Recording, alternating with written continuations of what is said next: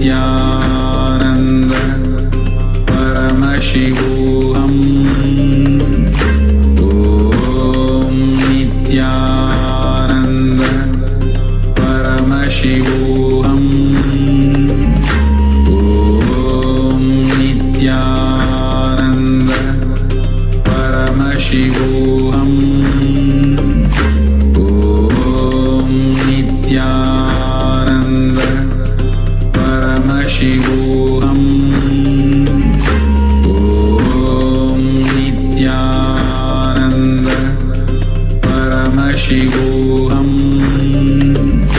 Om Nityananda Paramashivoham Om Nityananda Paramashivoham Om Nityananda Paramashivoham Om Nityananda Paramashivoham Om Nityananda Paramashivoham Om Nityananda Paramashivoham Om Nityananda Paramashivoham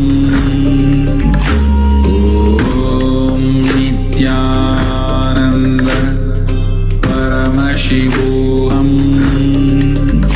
Om Nityananda Paramashivoham Om Nityananda Paramashivoham Om Nityananda Paramashivoham Om Nityananda Paramashivoham Om.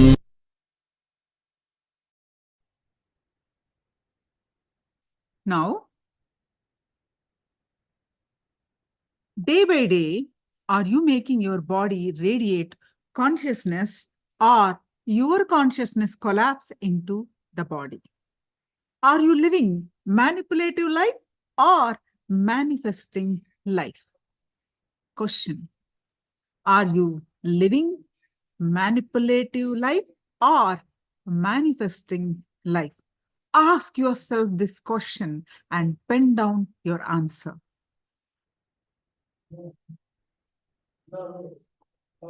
Just analyze everything.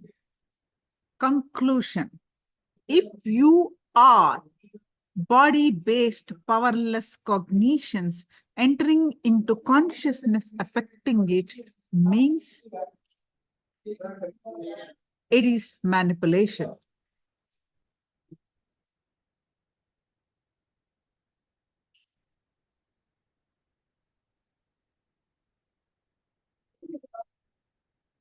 If all these are powerfulness, conscious-based cognitions entering into the body means manifestation. How are you living inside? Only how you are going to live outside.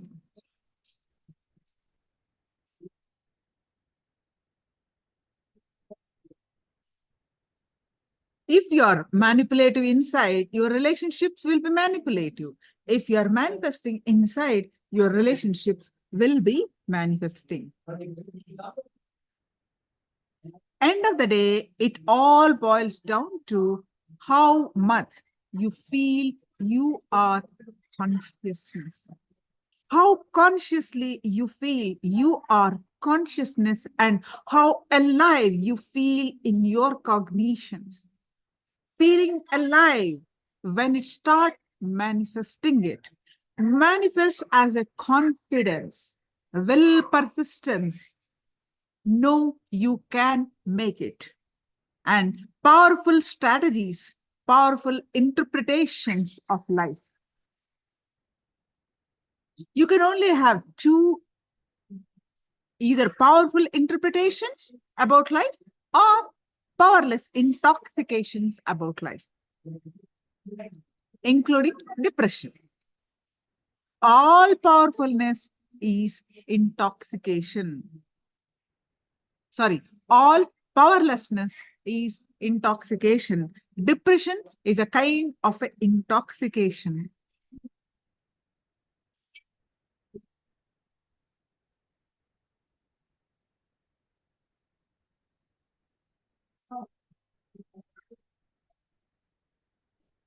Atma Jyotikananda is asking a beautiful question. Participate in Master Darshan. I want to know the ultimate secret of life.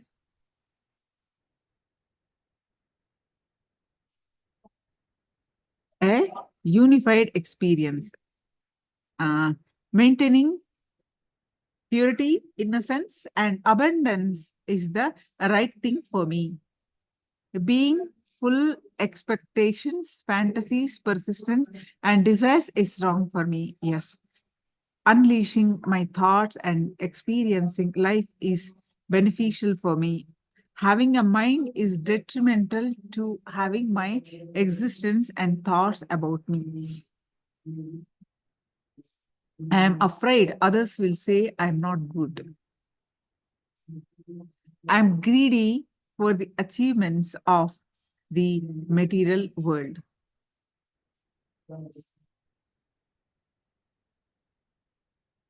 Is it a question? Atma Jyotikananda, is it a question? What is the ultimate? Is it a question or is it a sharing?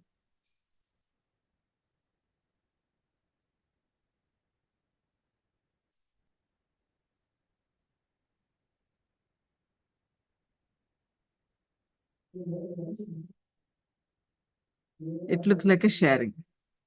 Yeah. Yes. So let's proceed. Thank you for sharing. You can only have two, either powerful interpretations about life or powerless intoxications about life, including depression.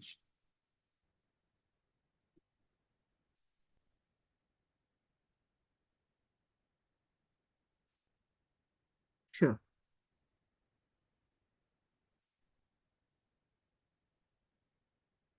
Sit and pen down all manipulative behavior. Sit and pen down. See how many ways you are manipulating inside you.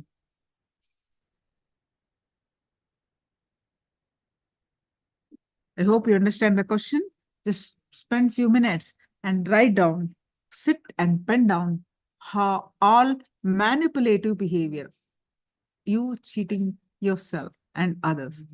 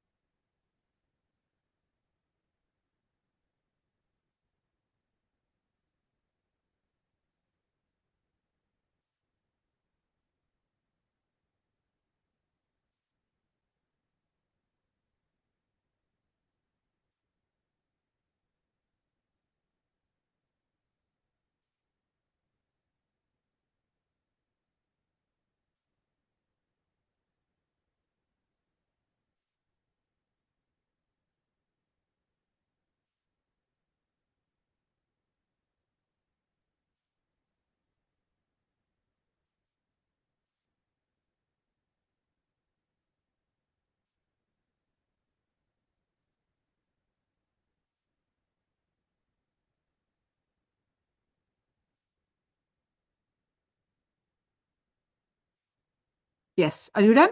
Now let's move on.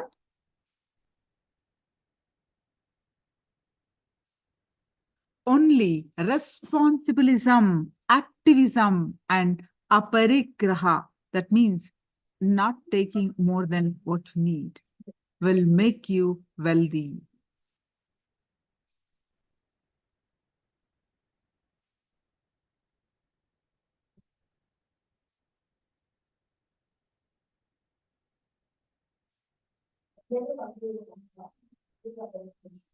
Only responsibilism, activism, and will make you wealthy. Whenever abundance gathers around you, you should be empowered with responsibility, not with laziness.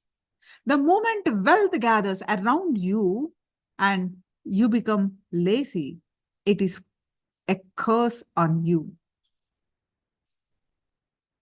It is not Sri Devi, it is Mudevi. Only if you are empowered with more responsibility and action, alive, contributing, it is Sri Devi. That means the Lakshmi. Abundance should be making you more active. Abundance should be making you more active. Only then it is Sri Devi, it is Lakshmi, it is wealth.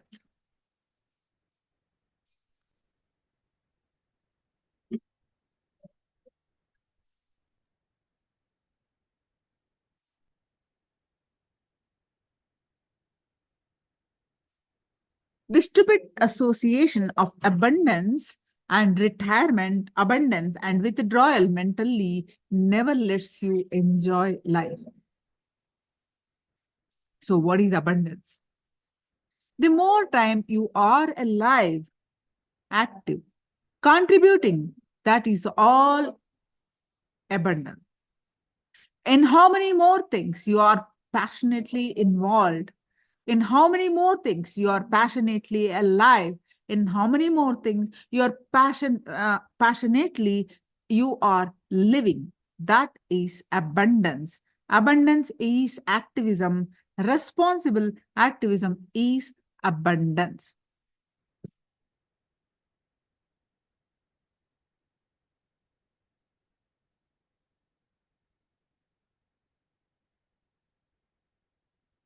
A great personality like Vivekananda says, during the last few years of his life, when I see a strong, healthy person, if I'm given an option to exchange my intelligence and my mental capabilities for his health, I will happily do it.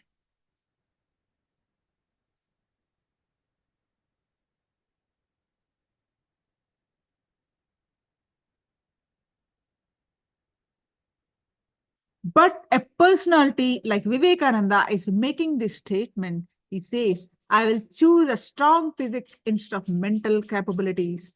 Responsible activism, being alive is wealth.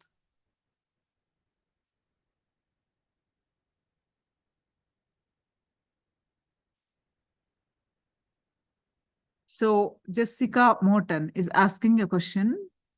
Can I ask, what about being sick? I find I feel lazy because I get colds or sick. Then I can't fulfill my day or I oversleep.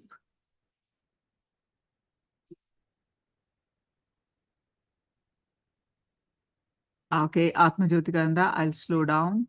Okay, so Jessica, can I ask, what about being sick? I find I feel lazy because I get colds or sick, then I can't fulfill my day or oversleep. Ma, see, being sick, if we understand a little bit more on that, if we cognize that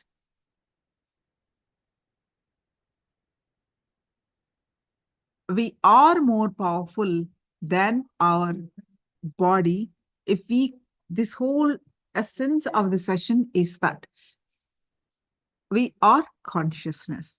Only then we can be able to do what Swamiji is talking about, 25 projects, doing multiple things, being active. How do you think, one question, Ma, how do you think Swamiji is doing 1,000 projects at a time? So many adhinams, so attending to so many devotees, disciples, adhinams, and Kailasa, nation work. So list is endless. How he's micromanaging? Because he is established in consciousness. When we also establish realize that we are not just this body, we are that, the consciousness.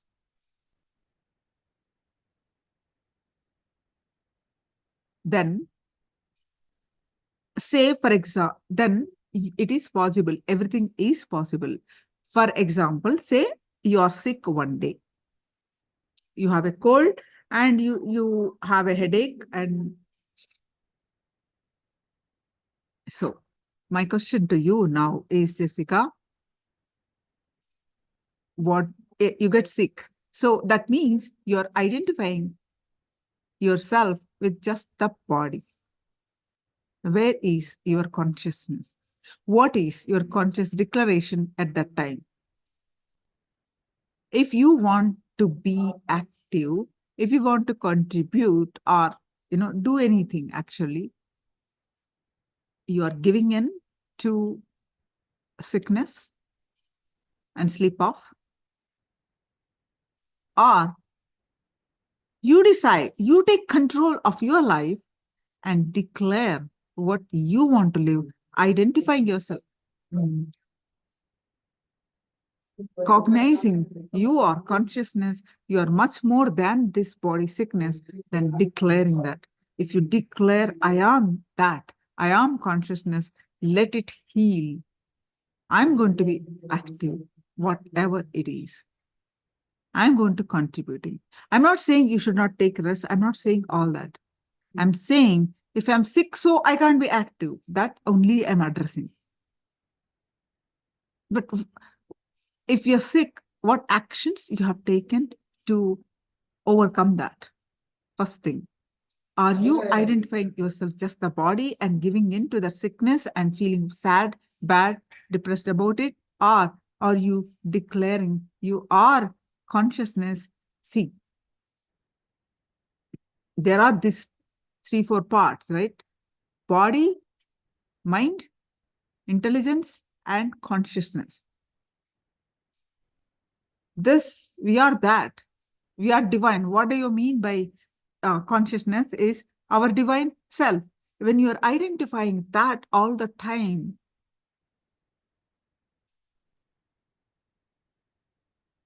then things will change.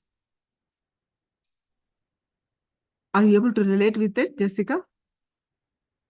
It is possible. Yeah. And declaring, see, you are your intention. The moment what we all do, oh God, I have a headache. Oh my God, I can't do anything today. I'm just go. That's it. All of us do that, isn't it? The moment the body overtakes us, nothing, no brain works, nothing works. Forget about, we are divine. Forget about we are this, we are that. We just simply go, oh my God, poor me. I get this much sickness. How will I work? How will I go to work? Sorry, I can't help you. I can't do anything for you. I can't help. You will say to your life, and then I'm telling you only. I'm not saying about contributing. And we do take rest. You can take rest. You can do all that. But I'm saying, take charge of that life and declare and do anything to get out of that. When you create a sankalpa, you'll find a way. Then you will not even get the sickness.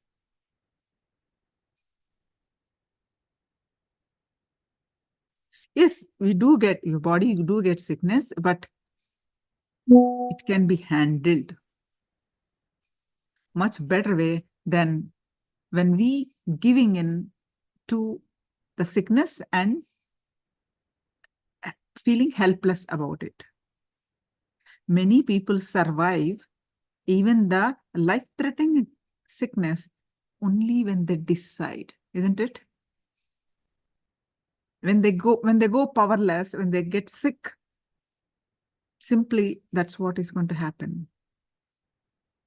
You must be 100% aware of people who survivors, isn't it? Of win over the life-threatening diseases. They have a strong sankalpa.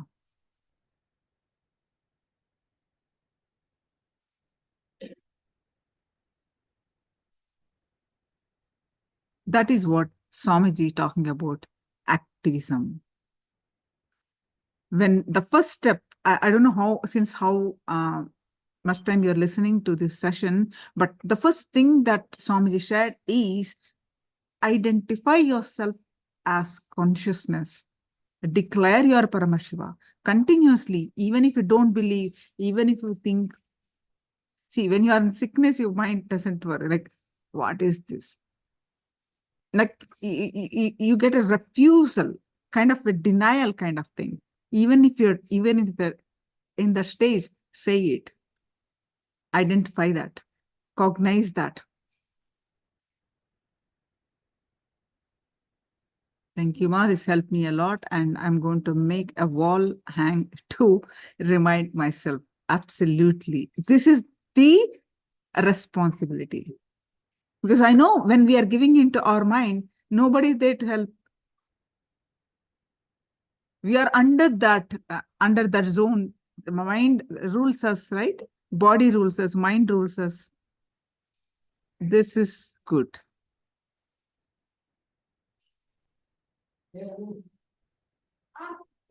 So when you do that, naturally, you get the healing quickly. Consciousness has got power over your body, mind, and intelligence.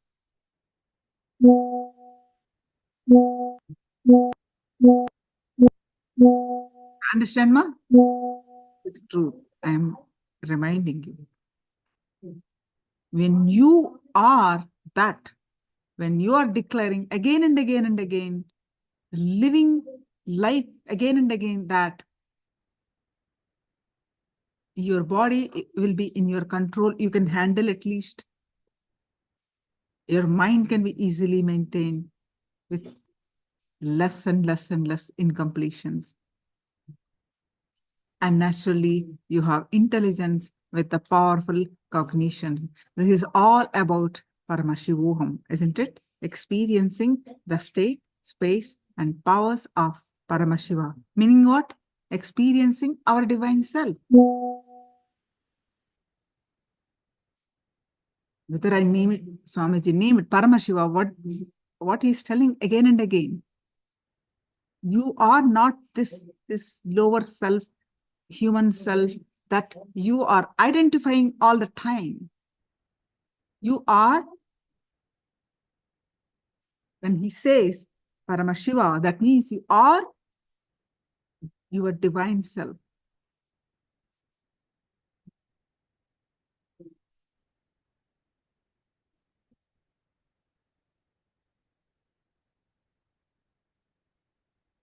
We believe in our mind so much, but not in Swamiji's words or Guru's words. That is the main conflict that we face. All of us, humanity is facing. Is it clear, Ma? Try this next time and see the result.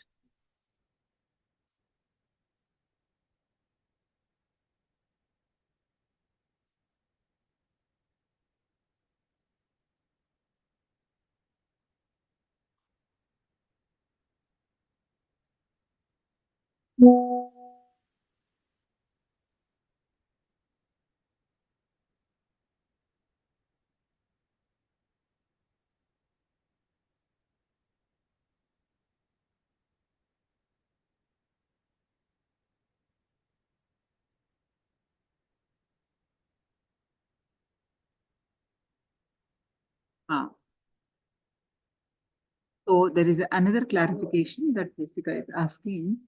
I need to be more responsible and not stay up late. And when I'm excited, working on creating, I still need to make myself go to bed so I don't manifest my body beings. So it is not laziness. Yes, Ma. See, listen to your body. How much time it needs rest. You taking care of your body is responsibility. You declaring your consciousness, you declaring your divine self, and telling the body to feel is responsibilism. Similarly, body's nature to give some rest, you give that rest. Listen to your body and how much of time it needs to rest, you rest. But not oversleep where you do not need that much. So whatever it needs.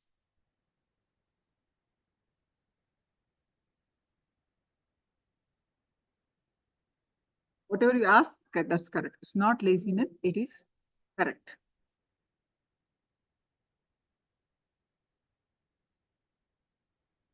But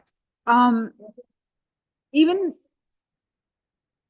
if you work late night, if you understand this cognition that we need only 2 hours of very deep sleep to rejuvenate us. Society teaching us like 6 to 8 hours of sleep, isn't it? But this 6 to 8 hours of sleep is a deep sleep. Our body needs 2 hours of sushupti, deep sleep state, to rejuvenate itself. So, you experiment yourself with what number of work for you, what time works for you. It all depends on individual. But when you are vibrating with to achieve something, to do something, everything will be aligned. You will know intuitively how much time to rest, how much time to get up, and that when that sankalpa of achieving something or manifesting or making it happen, driving you, that gives the energy.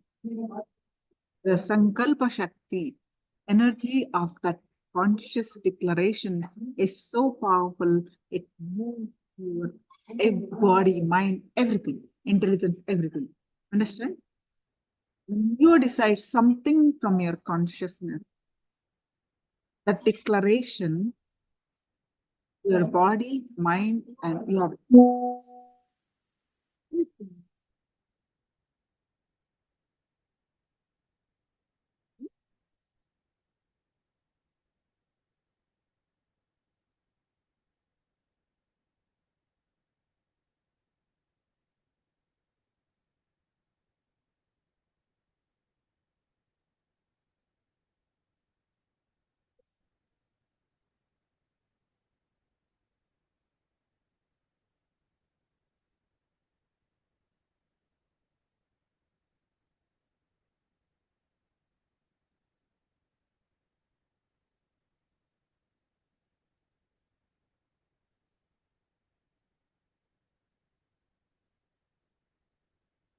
now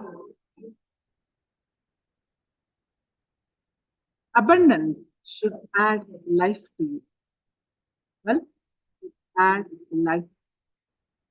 Wealth should make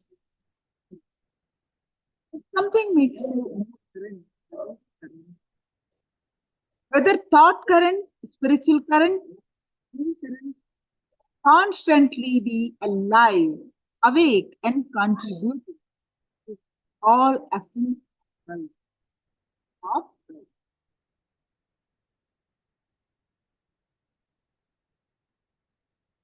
Neither socialism nor chronic capitalism or communalism can make the world well. Only responsibilism, activism, and aparitism can make the world well.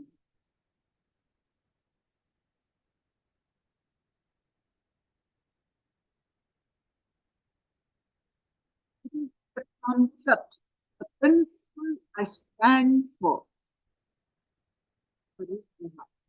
Not that world of you.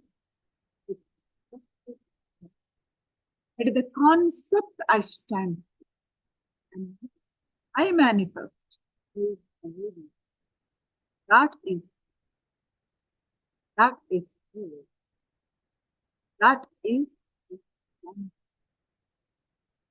nothing else. Thousands and thousands and thousands who live now continue to live thousands of years.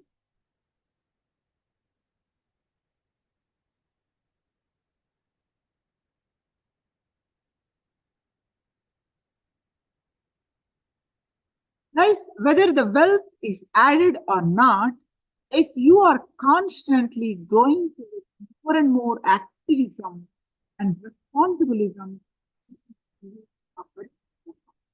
even the wealth is added, it is only going to be more responsible for you when you are living the real life. The wealth adds responsibility, wealth adds laziness and boredom to you. You are living person who is luxurious inside only cares the wealth he is worthy of our abundance.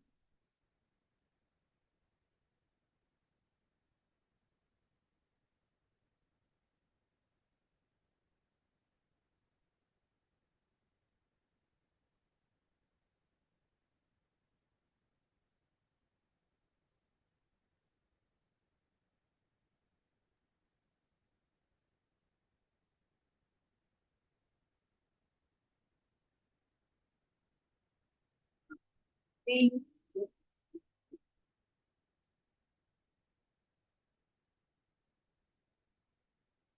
how morning routine to repair your biological clock. Train yourself to the actually morning when you want to get up and you are not interested in getting up. That's means the war on bed. War you conduct in your bed. It's nothing but a war between you and utilize it.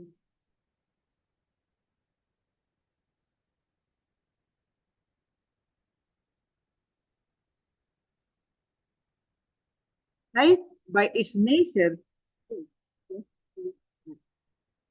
and you by your mind saying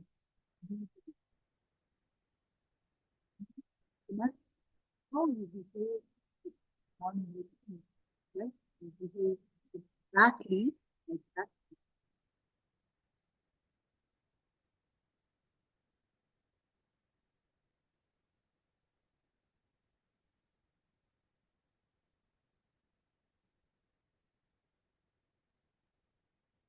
For example, if you're grumbling, grudging, life will do the aligning your biological clock to the nature, your biology to the natural rhythm is more beautifully developed amazing body which you will enjoy body with which you are happy to be body in which you look great, body in which you are feeling blessed and enjoying the body. That is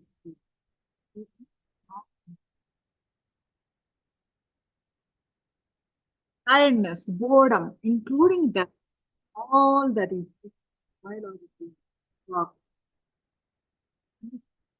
So, all tiredness, boredom, death, your biological clock, not in morning waking up, doing yoga, put your whole biological clock.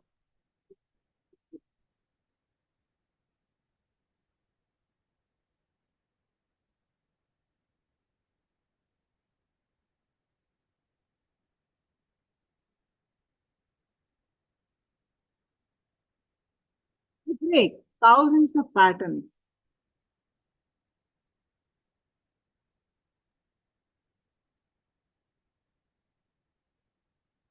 Correct. To create millions of patterns. Thousands of patterns you have done. Thousands of in your body by the wrong thought currents, wrong thinking style, wrong cognitions. This is a biological clock.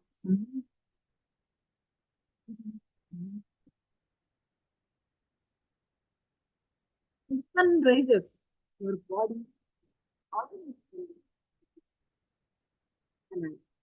Only then the right along with the sun, the activism, sun sets, body.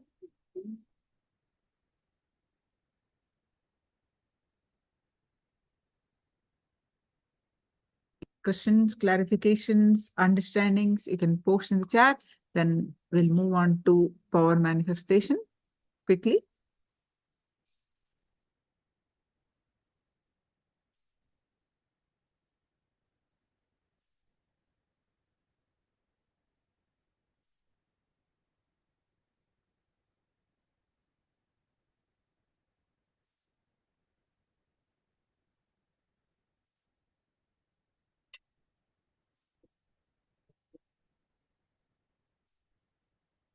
We manifest different powers today.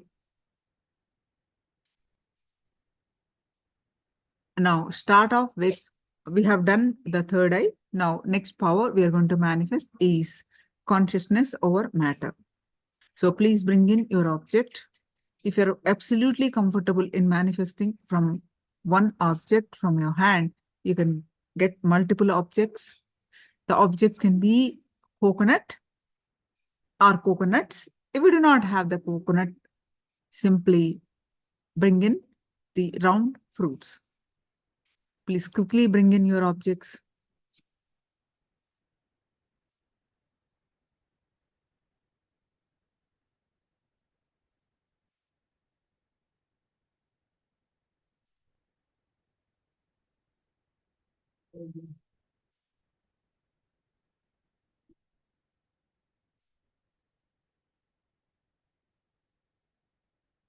Yes.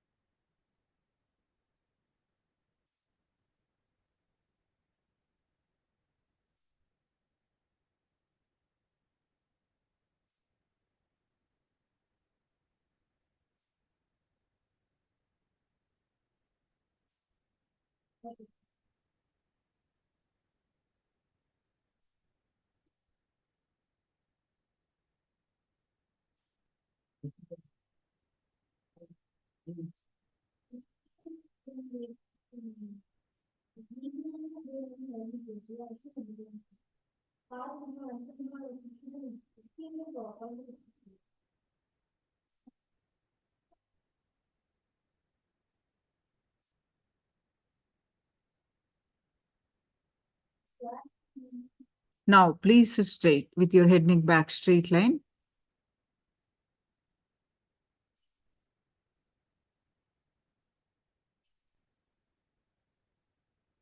Visualize Swamiji's form in your third eye.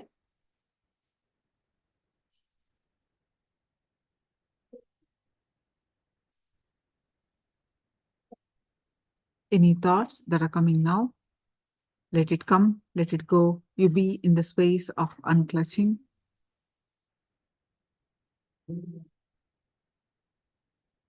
Bring your attention back to your third eye again and again and again.